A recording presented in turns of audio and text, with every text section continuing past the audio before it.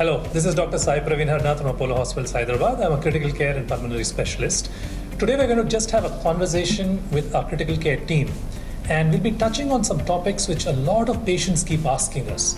What is an ICU? What happens when the patient goes into the critical care unit? What is a ventilator?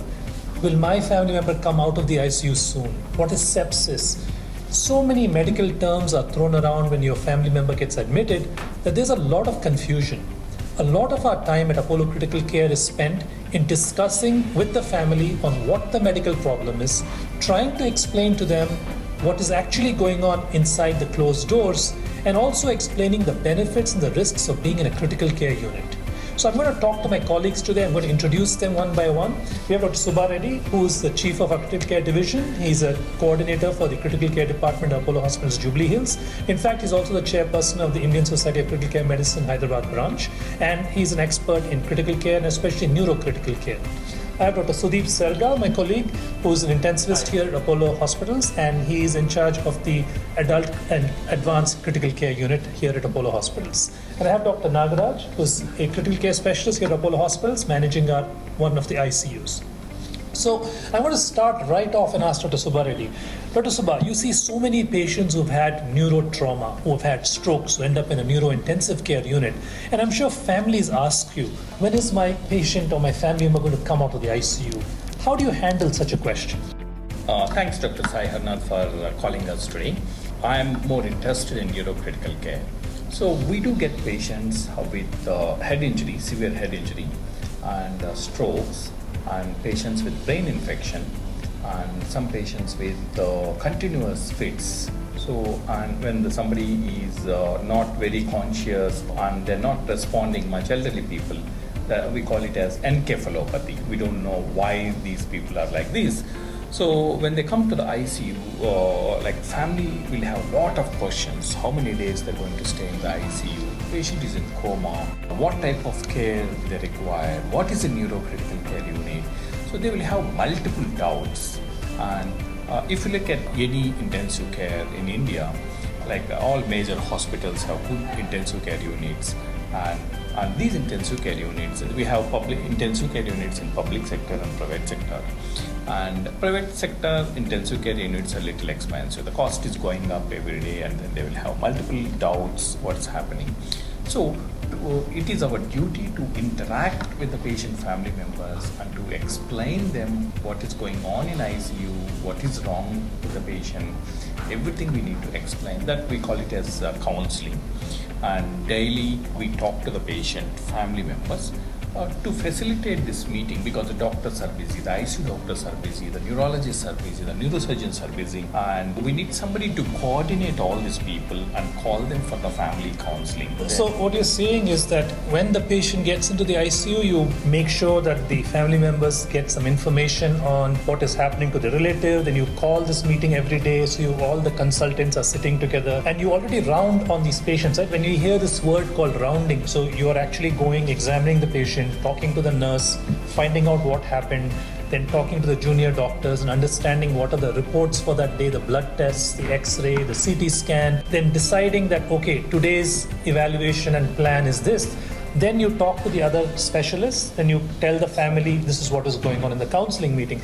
And Dr. Sudeep, we have had these chats before, and you mentioned to me that there are a few key things that you focus on when you're talking to the family.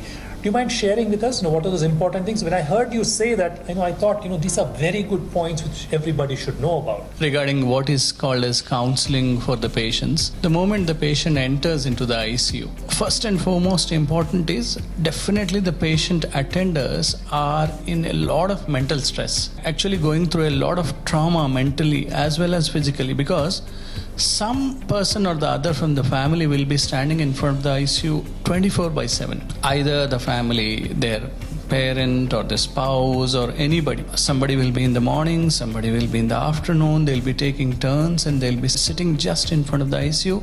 And they want to know what is happening to their patients. They'll be eager. And this is true, because we should always think being in their shoes. Every doctor, whether it's a critical care consultant or anybody who is in the ICU should think in their views, what really they want to know.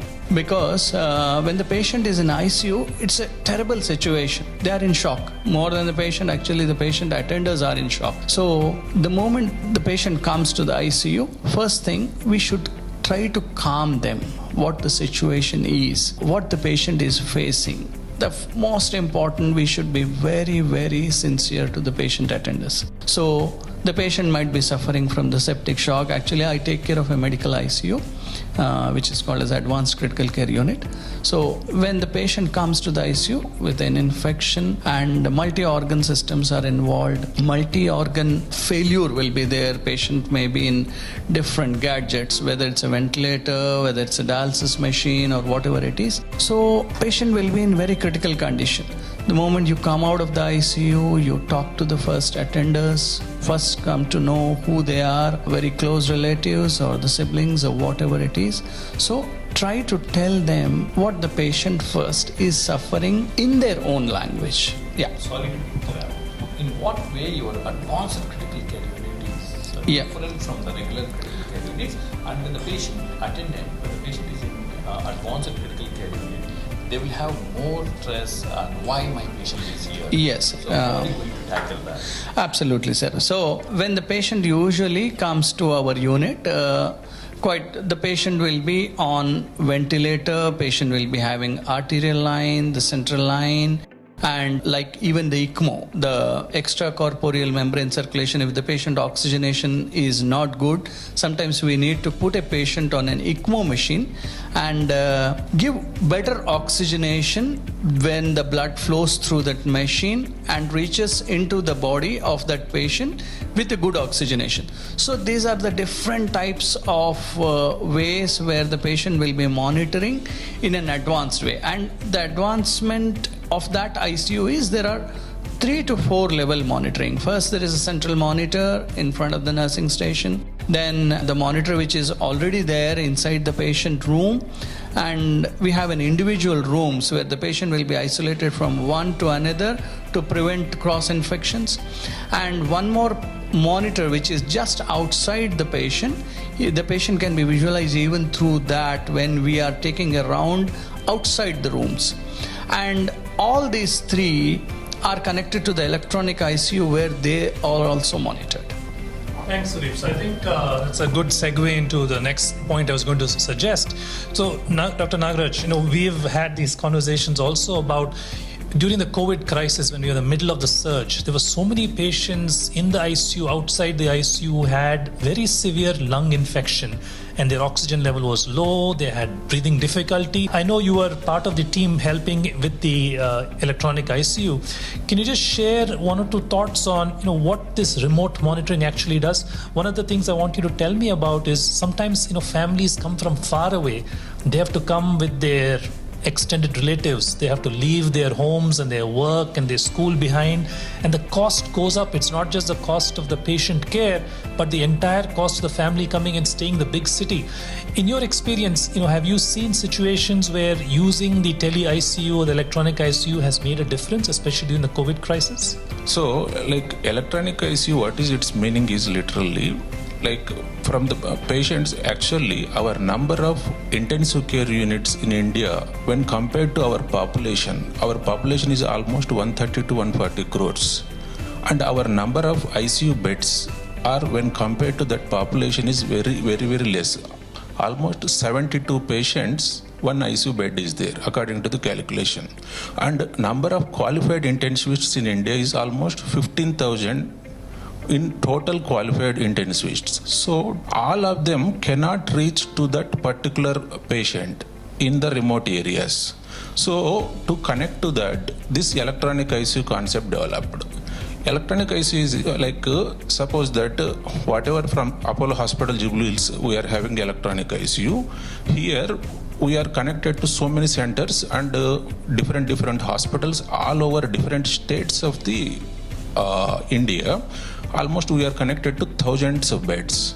Suppose one patient is there in remote area. If the patient condition is not good, we will monitor the patient, we will give the suggestions, and we will treat the patients from here only. And the patient, particular specialist not available also, we will give the referral from here only, from our hospital. We will do the treatment. If the particular patient is not in a position to treat that, we will ask them to shift to a higher center.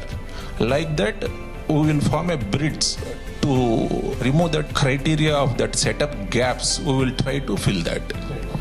Thank you, Dr. Nagaraj. So what we have talked about today is we talked about who needs to be in an ICU, what happens when you're very sick in an ICU. We heard a lot of technical terms about what is done inside the intensive care unit.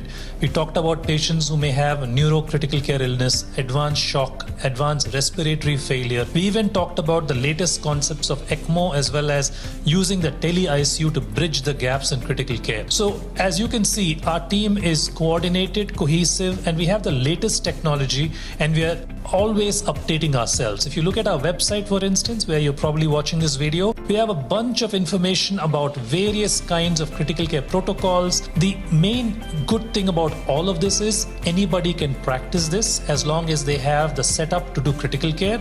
And our hospital is right here, and our intensivists are right here. We have a pretty big team to help guide you in understanding how to manage intensive care and especially very sick patients. And as Dr. Nagaraj and the rest of the team have mentioned, there is a huge shortage of intensivists, and using these actual techniques, we can actually make critical care available for everyone, everywhere, all the time. So I'm just going to close with that and see if anyone has any final words to comment. Dr. Sudeep? Nothing much, actually. It was a very good discussion to go into the people where they can understand what's an intensive care unit is and what does a really critical care physician, or also called as an intensivist, does with a continuous monitoring to take care of a patient and hand-holding of all the patient attenders also. Thank you. Dr. Subha? Yeah, my suggestion to you is when your patient is in intensive care unit, try to talk to the ICU specialist and get the information, and make sure that they don't use medical jargon. Most of the time when you are talking to the patient attendants, we talk to them in a common language so that they will understand in their own language. Thank you. Dr. Nagaraj? In the ICU, I just want to re-emphasize one more thing. For all patients and their families to help, dedicated medical social workers will be there. They will help you in various aspects about when the counseling hours, when you have to be in ICU, when all the other consultants will coordinate the patient condition. They are very useful. So many patients and their families don't know about what is medical social worker. So they are highly qualified people to help in all these health related matters. Thank you.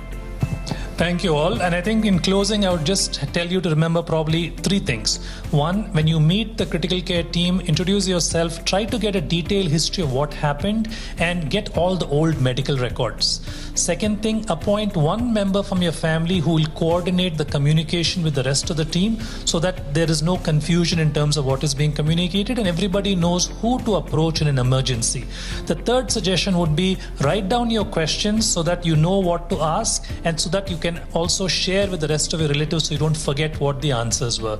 And hoping that you're all doing well and that we continue to get out of this COVID crisis. You can see that we're not wearing masks, but if you're out there, kindly wear masks, wash your hands and maintain social distancing. Again, this is the first in the series of conversations we'll be having with our critical care teams, and signing off from Apollo Hospitals Hyderabad, Jubilee Hills. Thank you. Thank you.